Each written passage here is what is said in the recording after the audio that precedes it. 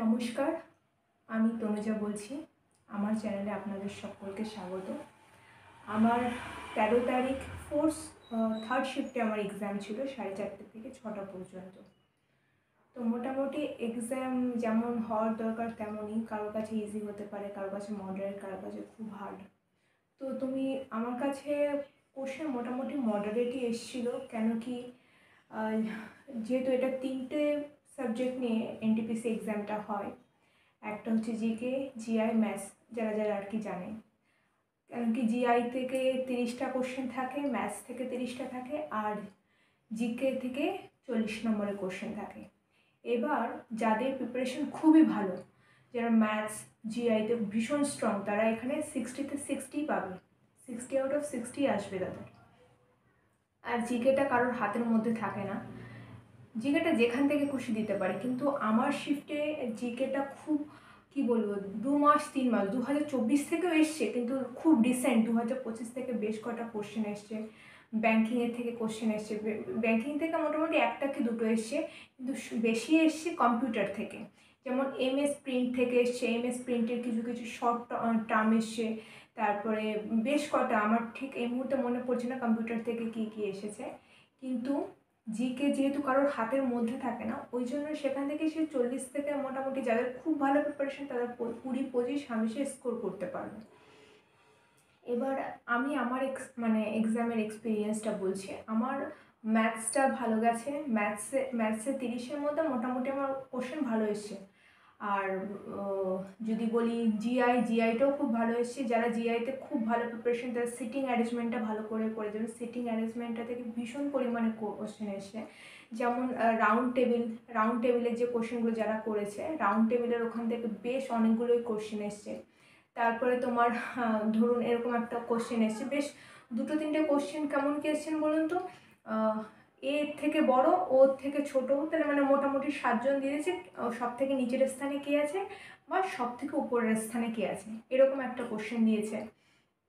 তারপরে বেশ কটা কোশ্চেন দিয়েছে, যেমন 4-5টা সংখ্যা দিয়েছে, বলেছে যে এর মধ্যে সব থেকে বড় সংখ্যাটা খুঁজে বেরোন, তার প্রথম সংখ্যাটা থেকে এর মধ্যে ক্ষুদ্রতম কোন সংখ্যাটা আছে সেই ক্ষুদ্রতম সংখ্যাটা বিয়োগ করলে কত হয় বা যোগ করলে কত হয়, এরকম 3টে কোশ্চেন এসছে। তারপর হচ্ছে আপনার ক্যালেন্ডার থেকে কোশ্চেন সেরকম একটা আসেনি।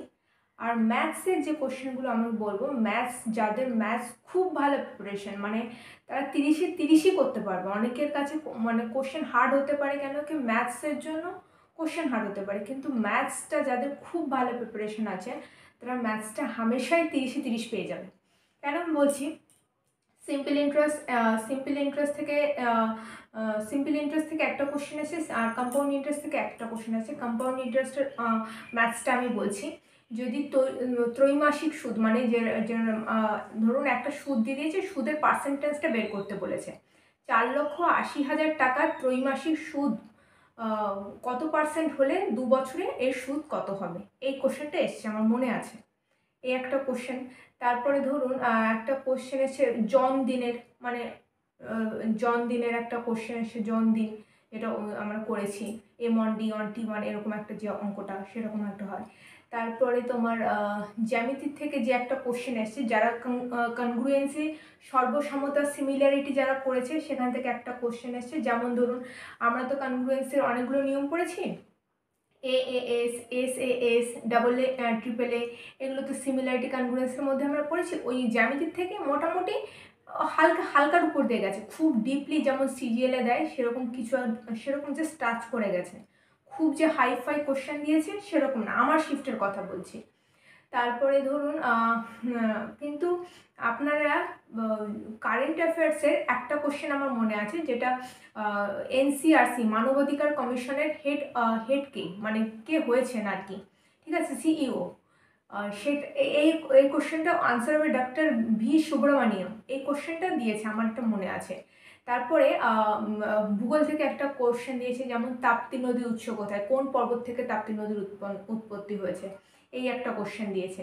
তারপর ইকোনমিক্স থেকে বেশি কিছু দেয়নি। হিস্ট্রি থেকে আপনার দিয়েছে যে মুদ্রা রাক্ষস কে লিখেছেন, ঠিক আছে। তারপরে এই গেল। মোটামুটি আপনি যদি অঙ্ক আর অঙ্ক আর জিআই এটাতে আপনি টার্গেট নিয়ে যান যে আমি 30 টোটাল 60 আছে, আমি 60-এর মধ্যে মিনিমাম আমাকে 55 করতেই হবে, ঠিক আছে। আর আপনি জিআই মানে জিকে যেটা, সেটা হালকার উপর দিয়ে আপনি জাস্ট পড়ে যান। মোটামুটি ওটার উপরে অত জোর দিলে তো কেউই কমন পাবে না। 40-এ 40 কেউ এখনও পর্যন্ত করতে পারবে কিনা আমি জানি না, কিন্তু মোটামুটি যাদের খুব ভালো প্রিপারেশন আছে তারা মোটামুটি ভালোভাবে স্কোর করবে এবং তারা পাস করে যাবে পিলি।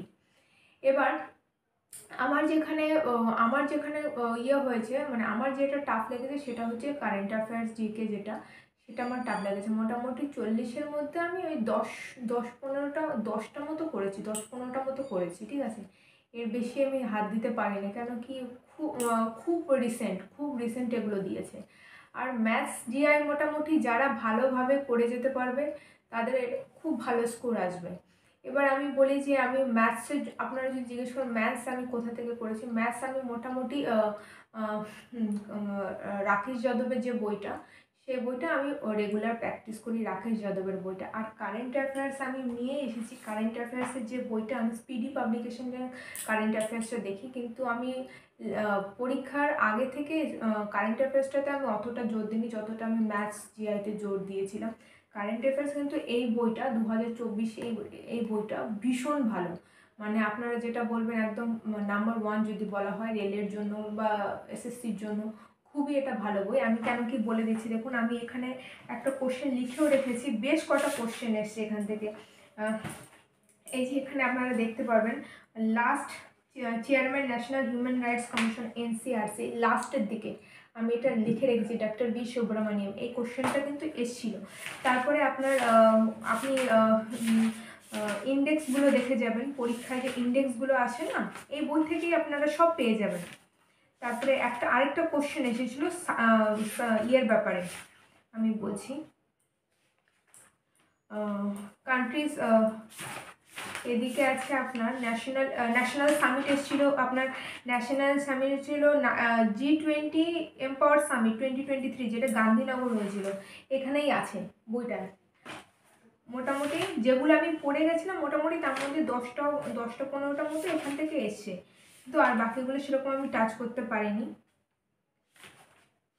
এটা গেল, এখন আমি খুঁজে পাচ্ছি না, কিন্তু আমি পরে আপনারা যদি ভিডিও চান, আপনাদের কেন কি 5 তারিখ থেকে মোটামুটি 26 তারিখ পর্যন্ত এক্সামটা হবে এনটিপিসি আপনাদের। তো আমার যেহেতু 13 তারিখ লাস্ট শিফটে ছিল, থার্ড শিফটে 4:30 থেকে 6টা, আপনাদের মোটামুটি এখনও যাদের 16, 17, 18, 19 স্কুল যাদের যখন হবে, আপনারা এখনও পর্যন্ত এই বইটা দেখতে পারেন আমার মনে হয় কারেন্ট অ্যাফেয়ার্সের জন্য। আর যাদের ম্যাথস আর জিআই খুব মানে কি বলবো আর কি, যাদের খুব ধাতস্থ, তারা তো তাদের কোনো ব্যাপারই না এনটিপিসি পিলিটা পাস করা। কারেন্ট অ্যাফেয়ার্সের জন্য আপনারা এটা পড়তেই পারেন। আর আমি কারেন্ট অ্যাফেয়ার্সের জন্য এই বইটাই দেখি, আপনারাও আমিও সাজেস্ট করবো এটা দেখার জন্য। রেলের জন্য মোটামুটি এটার বাইরে আর যাওয়া লাগে না, ঠিক আছে। আর আমি ম্যাথসটা করি রাকেশ যাদবের বই থেকে, আর রিজনিংটা আমি যেহেতু বিভিন্ন ধরনের মক দিই, টেক্সট বুক থেকে আমার মক করা আছে, ওখান থেকে আমি মক দিই। মোটামুটি সেই হিসেবে বলতে পারেন যে মোটামুটি আমার এক্সামটা খুব যে একটা খারাপও হয়নি, আবার খুব একটা মানে মোটামুটি গেছে। এবার যদি বলি কাট অফ কেমন যাবে সেটা তো আমিও বলতে পারবো না, কিন্তু মোটামুটি যাই হোক, দেখা যাক কেমন কি হয়। আপনাদের জন্য best lakh, best wishes for myself আমার থেকে। আপনারাও বেশ ভালো করে পরীক্ষা দেবেন। আর পরীক্ষার আগে কিছুদিন আগে থেকে জাস্ট কারেন্ট অ্যাফেয়ার্সটা আপনারা দেখে যান। এই বইটা থেকে মোটামুটি যেটুকু মানে এনসিআরসির হেড কে ছিলেন, তারপর বিভিন্ন ধরনের ব্যাংকের সিইও কে, ভারতের কোথায় কার কত র্যাঙ্কিং হয়েছে, এগুলো একটু দেখে গেলে কী হবে বলুন তো, আপনাদের এইখান থেকে প্রশ্ন আসতে পারে। আর আপনারা ধরুন আপনারা যেটা পারবেন না প্রথমে কোশ্চেনটা, সেটা ছেড়ে দেবেন, কেন কি পরীক্ষার হলে তো একটা অনেক প্রেশার কাজ করে। আপনারা যেটা পারবেন এগিয়ে যাবেন, মানে যেটাই পারবেন এগিয়ে যাবেন, মানে ওটা নিয়েই বসে থাকবেন না। যেমন আমি একটা কোশ্চেন যেটা পারিনি, মানে ওটা পরে দেখা যাবে, যদি আমার হাতের সময় থাকে পরে দেখা যাবে। কারণ কি আমার এক্সাম দিতে দেখতে আমার সিস্টেম অফ হয়ে গেছিলো কিছুক্ষণের জন্য। আমার পরীক্ষা সবার শেষ হয়ে যাবে, 5 মিনিট পরে আমার পরীক্ষা শেষ হয়েছে। ওই জন্য বেশি টেনশন করবেন না, আপনারা যেরকম পারবেন সেরকম করে যাবেন, মানে একটা কোশ্চেন নিয়ে বসে থাকবেন না। কেন কি কোশ্চেন ধরুন অনেক সময় একটা ঘুরিয়ে আসে, আমার শিফটের যেমন কোশ্চেনগুলো মডারেট এসছে, কারোর শিফটে আরও ইজি হতে পারে, কারোর শিফটে হার্ড হতে পারে। ওই জন্য একটা কোশ্চেন নিয়ে আর বেশি ধ্যারাবে হচ্ছে জিআইতে, মানে জিআইগুলো এমনভাবে দেবে না, একটু ক্যালকুলেটিভ, আবার কিছু কিছু জিনিস ইজি আছে, ঠিক আছে। ওই জন্য জিআইটা আপনারা যেটা পারবেন আগে আগে করে বেরিয়ে যাবেন। আর জিকে নিয়ে ওটা তো দেখলে বুঝতে পারবেন যে এটা আমি পারবো কি পারবো না। আমার যেমন তাপ্তি নদীর উৎস ছিল কোথা থেকে, ওই 4টে অপশান দিয়েছিল, একটা সাতপুরা রেঞ্জ, একটা তোমার আরাবল্লী রেঞ্জ, একটা বিন্ধ্য পর্বত, আরেকটা কি অপশন ছিল মনে পড়ছে না। তাপ্তি নদীর উৎস যেহেতু সাতপুরা পর্বতের মুলতাই পাহাড় থেকে এর উৎপত্তি হয়েছে, এটা যেমন একবারে দেখেই আমি পেরে গেছি, এটা আমার ছিল 2 নম্বর কোশ্চেন। তো এটা দেখেই যখন আমি পেরে গেছি, এটা সাথে সাথে আমি ইয়ে করে দিয়েছি। এবার আপনি ধরুন যেটা পারছেন না, সেটা নিয়ে আপনারা অনেকটা সময় লস করছেন, তাহলে কিন্তু আপনারা পেছনের দিকে যে কোশ্চেনগুলো আছে, পেছনের দিকের কোশ্চেনগুলো টাচ করতে পারবেন না। অতএব যেগুলো পারবেন সেগুলো তাড়াতাড়ি করে বেরিয়ে যাবেন, আর লাস্টে যদি সময় থাকে তখন আপনারা এই কোশ্চেনগুলো দেখবেন। আর ম্যাথস যারা পারবেন আগে আগে করে যাবেন, জিআই যারা পারবেন আগে আগে করে যাবেন। ওই ম্যাথস জিআইকেই কিন্তু সময়টা কনজিউম করে নেবে, আর জিআই তো মানে জিকে দেখার সাথে সাথে আপনি করতে পারলে করলেন, নাহলে পারলেন না, ব্যাস মিটে গেল। এবার আপনাদের যাদের নেক্সট এনটিপিসির শিফটের যাদের পরীক্ষাগুলো আছে, আশা করি আমি যেগুলো বলেছি আপনাদের হয়তো সাহায্য হতে পারে কিছুটা।